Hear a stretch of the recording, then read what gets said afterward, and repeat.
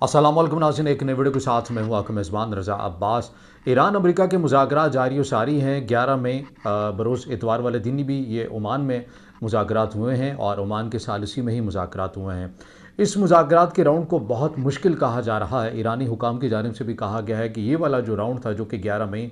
2025 इतवार को हुआ ओमान की सरजमीन में, इसे ईरानी हुकाम ने भी बहुत डिफ़िकल्ट कहा, बहुत पेचीदा कहा, बहुत मुश्किल कहा। मगर उसके साथ ये भी कहा कि पॉजिटिव समत में भी बात जाती हुई नज़र आ रही है। लेकिन ईरान की जानिब से एक ऐसी चाल चल दी गई है जिसकी वजह से अमेरिका और बिलखसूस इसराइल के लिए वो बड़ी परेशान कुन हो सकती है।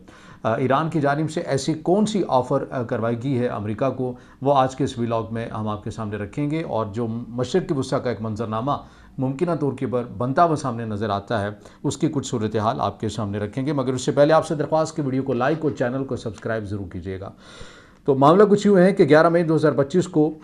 ईरान अमेरिका के मुज़ाकरात होते हैं ओमान की सरजमीन में, ओमान के सालिसी में। और उसके अंदर एक ही शर्त जो अमेरिका के नुमाइंदे हैं, जो इस अमेरिका के वफ़द को लीड कर रहे हैं, स्टीव विटकॉफ, और दूसरी साइड के ऊपर ईरानी वज़ीर ख़ारजा हैं अब्बास अराक़ची। दोनों के माबैन बरह रास्त तो नहीं, लेकिन अलहदा कमरों के अंदर, यानी एक कमरे में वफ़द अमेरिका का बैठा हुआ है, एक कमरे में वफ़द ईरान का बैठा हुआ है। और ओमान जो है, ओमान की जो क़यादत है या उनके वज़ीर ख़ारजा हैं, वो पहले आते हैं, ईरान के पास आते हैं उनका पैगाम लेकर, ईरानी वफ़द के पास जाते, अमरीकी वफ़द के पास जाते हैं, अमरीकी वफ़द से उनका पैगाम लेकर ईरानी वफ़द के पास आते हैं। तो ऐसे मुज़ाकरात जो हैं वो आपको चलते हुए नज़र आते हैं। अब इसके अंदर जो चीज़ सामने निकल कर आई है वो ये है कि अमरीका इस बात के ऊपर वज़ीद है, वो ये कह रहा है कि ईरान चाहे जितना मर्ज़ी कह दे कि हमने इंसानी बुनियादों के ऊपर या अपने लोगों की भलाई के लिए जोहरी तवानाई का इस्तेमाल हम कर रहे हैं, और इससे हम अपने लोगों को वसाइल प्रोवाइड कर रहे हैं, इससे हम अपनी माशी तरक्की के अंदर अपना किरदार अदा कर रहे हैं। हमारा कोई मकसद जो है वो इसके अंदर हथियारों की दौड़ के अंदर मज़ीद इसको जिद्दत नहीं लाना, तो इसलिए हम ये प्रोग्राम नहीं बंद करना चाहते। लेकिन अमेरिका की जानिब से इस बात के ऊपर ज़ोर दिया जा रहा है कि जो मुज़ाकरात की जो बुनियाद है वो एक ही चीज़ है, वो ये चीज़ है कि ईरान किसी भी किस्म का कोई जौहरी प्रोग्राम नहीं रख सकता, चाहे वो अपने लोगों की भलाई ही के लिए क्यों ना हो। ये बुनियाद है। एक साइड पर ये बुनियाद है कि हम अपना प्रोग्राम बंद नहीं करेंगे, और एक साइड के ऊपर एक उसूली मौक़िफ़ ये है कि आपको बंद करना पड़ेगा। अब इसके अंदर ज़ाहिर है एक साइड के ऊपर दोनों जब रहनुमा मिलते हैं, ईरान और अमेरिका के मुज़ाकरात होते हैं ओमान के सालिसी में, तो उन मुज़ाकरात का एलामिया जो मीडिया के ज़रिए नशर होता है उसमें बताया जाता है कि बहुत पॉजिटिव है, बहुत पॉजिटिव समत में बात जाती हुई नज़र आ रही है। लेकिन साथ ही फिर अमेरिका की जानिब से प्रेस रिलीज़ भी सामने आ जाती है इन्हीं मुज़ाकरात के राउंड के 1 या 2 दिन बाद, किसी न किसी ईरानी पर्सनैलिटी के ऊपर या फिर कंपनी के ऊपर या फिर उनकी ईरान की ऑयल इंडस्ट्री के ऊपर पाबंदियाँ लगा दी जाती हैं। अब ये जो 11 मई 2025 इतवार वाले दिन ओमान में मुज़ाकरात का राउंड हुआ, और ये जैसे ही ख़त्म हुआ तो मंडे को एक प्रेस रिलीज़ हमारे सामने निकल कर आ गई, जिसमें अमेरिका की जानिब से कुछ ईरानी शख्सियात के ऊपर, जो कि प्राइवेट सेक्टर में जो जिनकी कंपनीज़ हैं, उनके मालकान के ऊपर पाबंदियाँ लगा दी जाती हैं, और कहा जाता है कि ये रिसर्च के बहाने कोई ऐसा पेचीदा काम कर रहे हैं जिससे ईरान जो है वो मुबैना तौर के ऊपर जौहरी तवानाई हासिल कर सकता है या जौहरी टेक्नोलॉजी हासिल कर सकता है। अब इसके अंदर ईरान की जानिब से इस इक़दाम के ऊपर मज़म्मत की गई और कहा गया है कि एक तरफ आप मुज़ाकरात कर रहे हैं, दूसरी साइड के ऊपर आप पाबंदियाँ भी लगा रहे हैं। अब जो मेन चीज़ मैंने आपके सामने रखनी है वो क्या है, वो ये है कि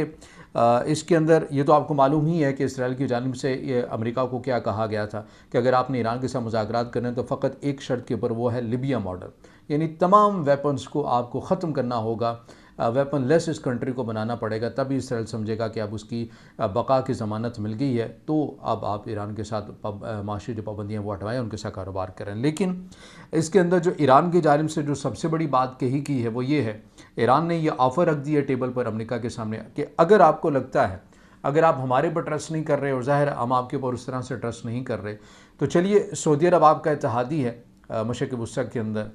मुत्तहिदा अरब अमारात आपका इत्तेहादी है, वहाँ पर आपके काफ़ी ज़्यादा स्टेक्स हैं, आपकी इन्वेस्टमेंट भी है, आपकी बेसिस भी हैं, आपके वेपन्स भी वहाँ जाते हैं। तो आप ऐसा क्यों नहीं करते कि हम आपको ये ऑफ़र दे रहे हैं कि हमारा ये जो जौहरी प्रोग्राम है, इसके अंदर एक हम इस प्रोग्राम को हम मुश्तरका तौर के ऊपर एक प्रोजेक्ट की शक्ल में तब्दील कर दें, जिसमें इख्तियार हो मुत्तहिदा अरब अमारात का भी और सऊदी अरब का भी, यानी इन दोनों ममालिक की भी एक्सेस हो। तो आपको 3 ममालिक,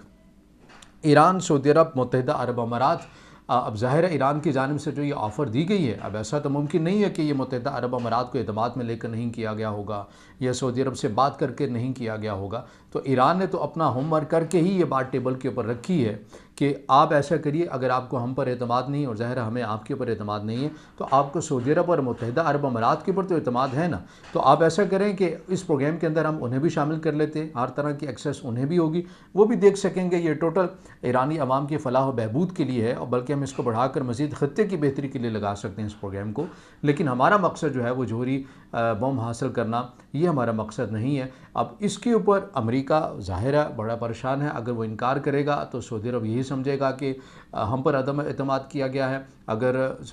अमेरिका इनकार करेगा तो मुत्तहिदा अरब अमारात ये समझेगा कि हमारे पर अदम एतमाद किया गया है। तो ये ईरान की जानिब से ऐसी चाल चल दी गई है कि अब देखना ये है कि अमेरिका इस ऑफ़र का कैसे रिस्पॉन्स करता है, और ये बड़ी मुनासिब एक बात की गई है। मगर साथ में ही जो एक और चीज़ इन तमाम चीज़ों को ग़ालिबन पेचीदा कर रही है वो ये कि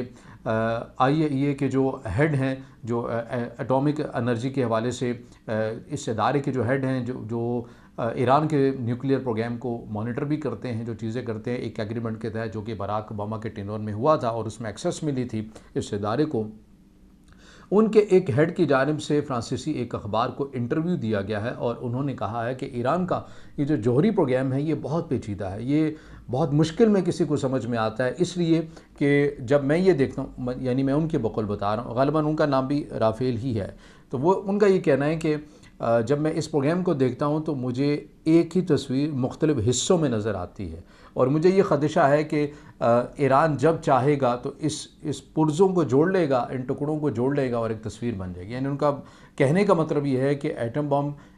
या तो वो बना चुके हैं और उन्होंने मुख्तलिफ़ हिस्सों में इसको तकसीम किया हुआ है, अगर ईरान को ज़रूरत पड़ी तो वो तमाम सिस्टम को जोड़ेंगे, इकट्ठा करेंगे और फिर उनके पास वो टेक्नोलॉजी आ जाएगी। ये इस इदारे के हेड की जानिब से कहा गया है, जो कि तमाम चीज़ों को मज़ीद पेचीदा कर रहा है। लेकिन ईरान की जानिब से कहा गया है कि अगर आपको हम पर ट्रस्ट नहीं है, अगर आप हमें आपके ऊपर नहीं है, तो आप ऐसा करें कि सऊदी अरब और मुत्तहिदा अरब अमारात को लें और उनकी निगरानी में हम इस प्रोग्राम को आगे चलाते हैं, और आप हमारे पर माशी जो पाबंदियाँ हैं वो हटाएं, ताकि हम दुनिया के साथ इंगेज करें और दुनिया के अंदर, इस खत्ते के अंदर एक माशी तौर के पर नशोनुमा भी हो सके। तो ये अब तक की अपडेट है ईरान अमेरिका मुज़ाकरात के हवाले से जो हमने आपके सामने रखी हैं। अब इसके अंदर जो भी वक्तन फ़वक्तन अपडेट्स आती रहेंगी, हम आपके सामने इसकी जो तफसीलात हैं वो रखते रहेंगे। अगर आप समझते हैं कि वीडियो आपके लिए मुफीद है तो फिर इससे ज़रूर लाइक भी कीजिएगा, कमेंट्स में ज़ाहिर ख्याल कीजिएगा और चैनल को सब्सक्राइब ज़रूर कीजिएगा।